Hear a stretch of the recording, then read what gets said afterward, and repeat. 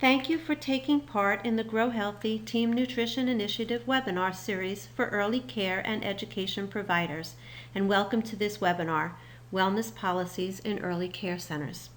My name is Michelle Brill, and I am the Family and Community Health Sciences Educator for Rutgers Cooperative Extension of Mercer County, New Jersey. I will be your host for your webinar today.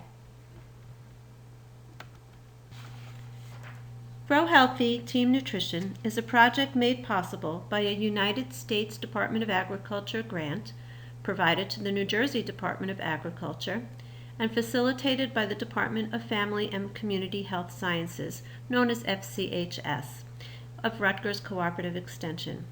The goals of the project are to enhance the early care center's wellness environment and policies, to use the garden and tastings to promote healthy eating, enhance nutrition learning experiences, and improve the quality of food served at the center, and to implement strategies to engage families in wellness activities and positive role modeling. 8 centers throughout the state received $1,500 in mini-grant funds to support the Grow Healthy goals and activities, such as purchasing a comprehensive curriculum that includes nutrition, movement, and gardening activities, garden supplies, and wellness event materials. To support early care and education centers in their efforts to improve their wellness environment, FCHS offers this webinar as part of a series of the 6 webinars you see listed on your screen. In addition to this webinar, topics include role modeling healthy behaviors, choosing healthy recipes, conducting food tastings, and parent engagement.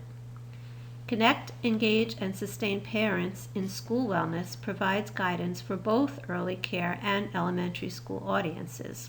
Smart Snacks in Schools provides the most up-to-date guidance on allowable snacks and competitive foods in the school setting.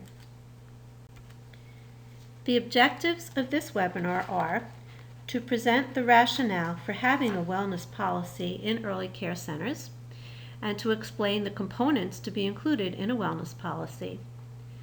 The resources provided in this webinar, along with the Let's Move child care checklists that all Grow Healthy sites have completed, will provide you with the current best practices in early care wellness policies. You will then be able to compare these best practices with your center's current wellness policies. The purpose of this training is to help you become a well-informed participant in the process of examining and improving your center's wellness policy. Wellness refers to the environment, policies, and programs that collectively impact the health of the children, staff, and families within the community. For the purposes of Grow Healthy, the selected areas of a wellness policy that will be addressed in this webinar series are food and beverage practices, physical activity requirements, nutrition education program, screen time limits, food safety guidelines, staff role modeling of healthy behaviors, and family and community engagement strategies. Why have a wellness policy? 17% of low-income New Jersey preschool children are overweight, and another 17% are obese. New Jersey has one of the highest obesity rates among low-income preschool children in the nation. Overweight and obese children are at risk for asthma, sleep apnea, joint pain, high blood pressure, high cholesterol, type 2 diabetes, bullying, and low self-esteem. Obese children are more likely to become obese adults who are additionally at higher risk for heart disease, stroke, and some types of cancer. Nationally, over 60% of children under the age of 6 are in some form of child care, and we know that these are the years where healthful habits can be best established. According to the National Food Service Management Institute and a University of Mississippi report on wellness environments in child care centers embracing wellness concepts provide a positive environment to promote healthy behaviors and help prevent childhood obesity and other illnesses and disorders that could result in long-term illnesses later in life. Early care providers care about and have a responsibility to provide a healthy and secure environment for the children enrolled. The environment is ripe for improvement.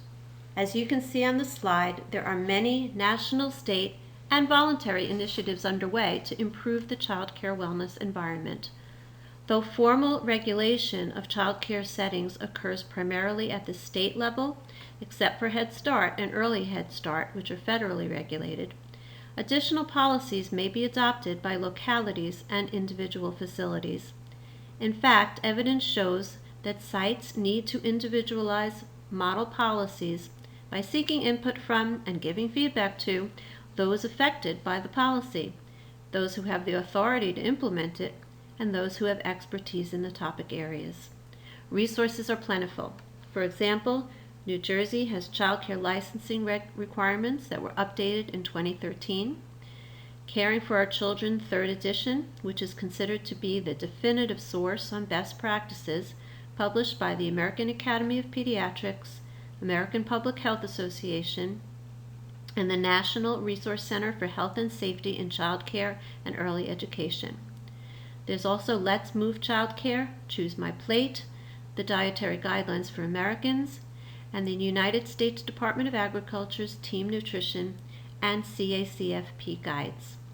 Other valuable resources include the Nemours Foundation, the Academy of Nutrition and Dietetics, NAPSAC, and the National Association for the Education of Young Children.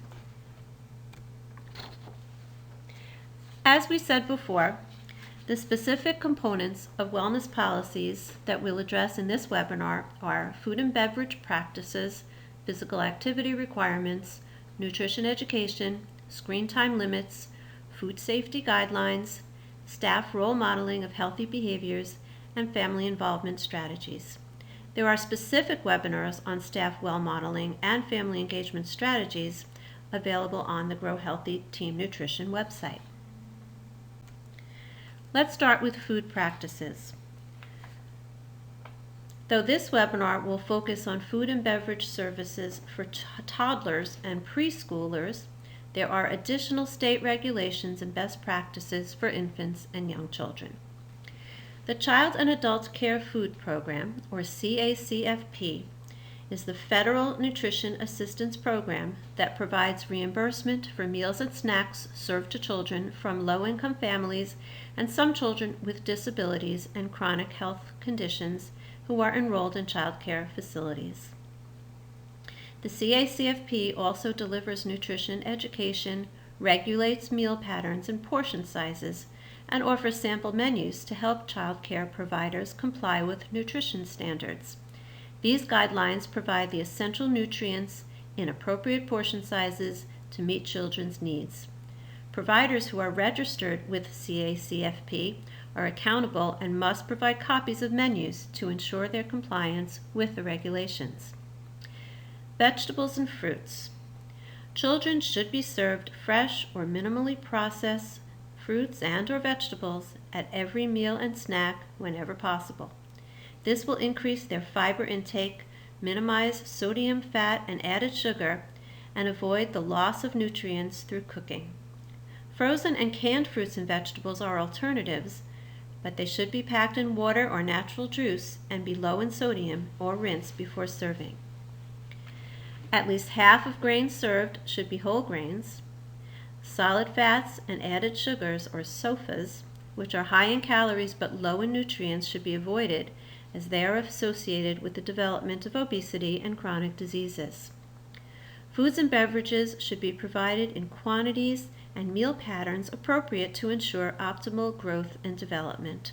Meals and snacks should be offered to children every 2 to 3 hours and should follow the CACFP guidance.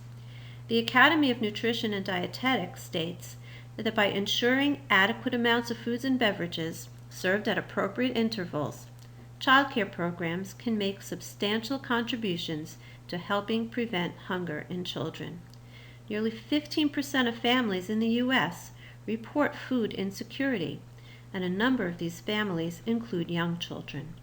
Child care providers should follow current portion size recommendations, but should also respond to children's cues related to hunger and fullness. Evidence shows that a negative mealtime environment and pressuring children to eat may lead to higher levels of picky eating, greater resistance to eating, and unhealthful eating behaviors in children. A pleasant eating environment with appropriate furniture, plates, and utensils, posters, pictures, and decorations that communicate nutrition messages can help reinforce good nutrition concepts. Give extra assistance and time to children who need it. Caregivers and teachers need to be aware that children between the ages of 2 and 5 years old are often resistant to trying new foods, and that food acceptance may take 8 to 15 times of offering a food before it's eaten. Child care providers can also model and encourage healthy eating. Serving foods family style, where children select their own portions and serve themselves, may encourage better self-regulation of food intake by children. Child care staff should support a child's decision regarding how much and whether or not to eat the food being served. However, children who need limited portion sizes for medical reasons should be monitored. Another important recommendation regarding food practices is not to use food as a reward or punishment for behavior, nor should children be bribed or forced to eat. Caring for our children recommends that child care providers partner with food and nutrition practitioners to offer trainings to families at least twice per year. Encourage parents to become active in your center's food services, nutrition education programs, and policy development. Communicate regularly about what's taking place in your center, and educate families about the importance of reinforcing healthful eating habits at home. Be sure to recognize the strengths and needs of the diverse cultural and ethnic populations your center serves. According to the American Academy of Pediatrics, what children drink can have a major effect on how many calories they consume and how much calcium they get to build strong bones.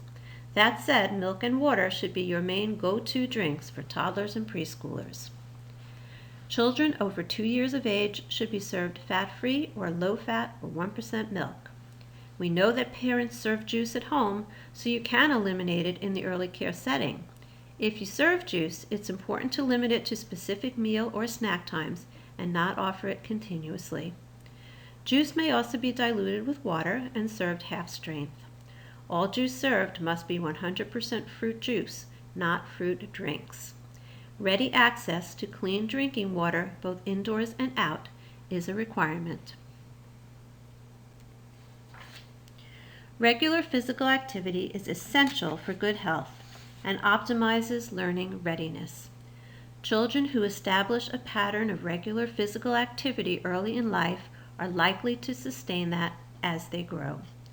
Caring for our children recommends that children be provided with at least 90 to 120 minutes of vigorous active playtime per 8-hour day and 2 to 3 occasions of outdoor play daily, weather permitting. This best practice is more stringent than the current New Jersey regulatory standard of 30 to 60 minutes a day. Moderate to vigorous activities include running, climbing, dancing, skipping, and jumping. Actively lead a variety of activities throughout the day, indoor and out, sustained and in short bursts, and limit sedentary time to no more than 30 minutes at a time. As with food, never withhold active playtime as a disciplinary measure. Inform parents of physical activity programs and ensure that they send their children dressed appropriately for active play and dressed according to the weather. Plan, implement, and participate in nutrition education activities with children. Nutrition education materials can be used to increase children's interest in healthy foods and eating. Have available nutrition education toys and activities that are age appropriate. Nutrition education can be formal or informal. It can take place as a distinct lesson or can take place more casually during meal and snack times.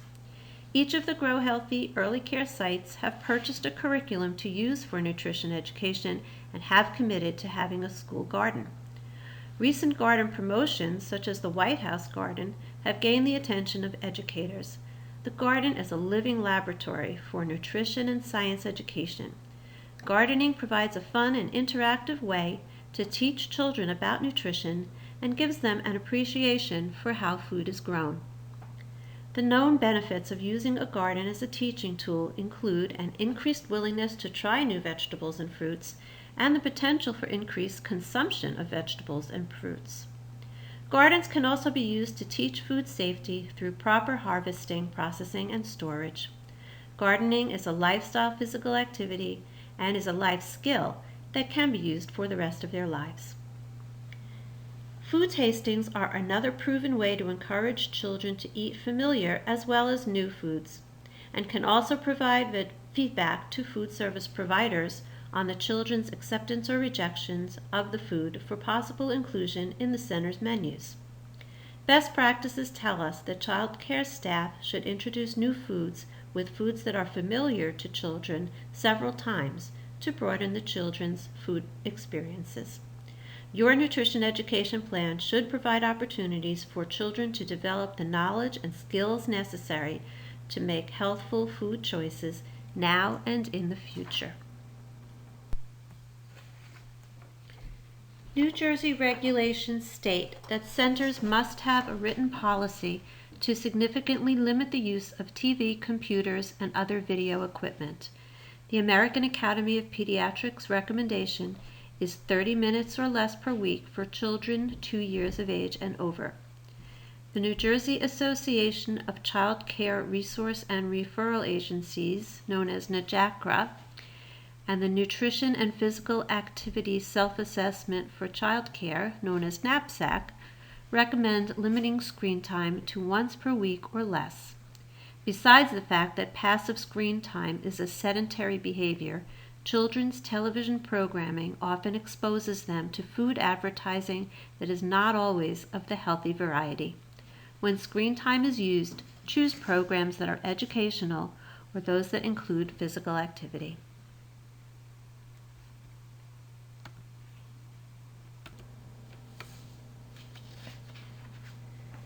Studies have found an increase in foodborne illness and food allergies, along with a decline in food safety awareness in child care programs and in society in general.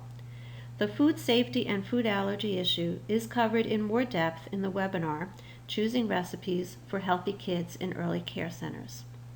General guidance is that children should be served food that is stored, prepared, and presented in a safe and sanitary manner. Hand washing by both staff and children remains our strongest protection against foodborne illness. Caring for our children provides standards for developing medical treatment plans, training staff, and administering medications related to food allergies in child care. FCHS can deliver further training on these topics. As stated earlier, these are the formative years for influencing the health and development of young children. This includes establishing healthy eating and physical activity habits. The modeling that you, along with parents, can provide will be strong positive influences on your children. Being a positive and healthful role model may include sitting at the table and eating the meal or snack together, eating and drinking items that meet nutrition standards, and trying new foods, encouraging children to socialize, using vocabulary related to the concepts of color, shape, size, quantity, number, temperature of food, and events of the day, eliminating soda and vending machines for staff, serving family-style meals with serving platters, bowls, and pitchers on the table so all children can serve themselves all food components offered except for infants and very young children, leading and encouraging active play every day, and talking about your healthy habits and activities. The goal of parent and family engagement is to promote healthy behaviors in childcare and at home. Optimally, parent participation should go beyond the minimum requirements to grant permission for walks and field trips and to provide health information about their children. The New Jersey regulations state that centers should adopt a method of ensuring the participation of parents in the activities and operations of the center through a formal advisory body or governing board, or through an annual meeting or open house. Centers are also required to provide volunteer opportunities and parent-staff conferences. Research shows that staff benefits from training in how to communicate with and engage parents in their children's wellness, and there are successful evidence-based strategies for doing so. Some suggestions for parent engagement opportunities are listed on the slide. Wellness councils, wellness events, workshops, newsletters, social media, policy development, healthy fundraisers, and gardening activities. Sensitivity to differences in cultural background is important when engaging families as partners. The National Association for the Education of Young Children reports that family engagement and strategies in early care and education are critical to addressing the achievement gap facing children from disadvantaged backgrounds.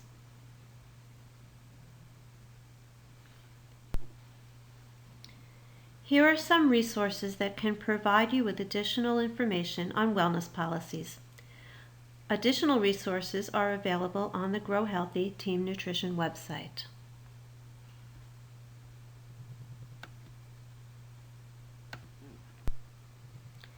Thank you for viewing this webinar. We ask that you now complete a brief 10-question evaluation by clicking on the link on your screen. Upon completion of the survey, you will be able to download a certificate of participation, giving you continuing education credit hours. The slides and resources used in this webinar, as well as the additional training webinars, are available on the Grow Healthy website. Please visit the site at your convenience, and again, thank you for your participation.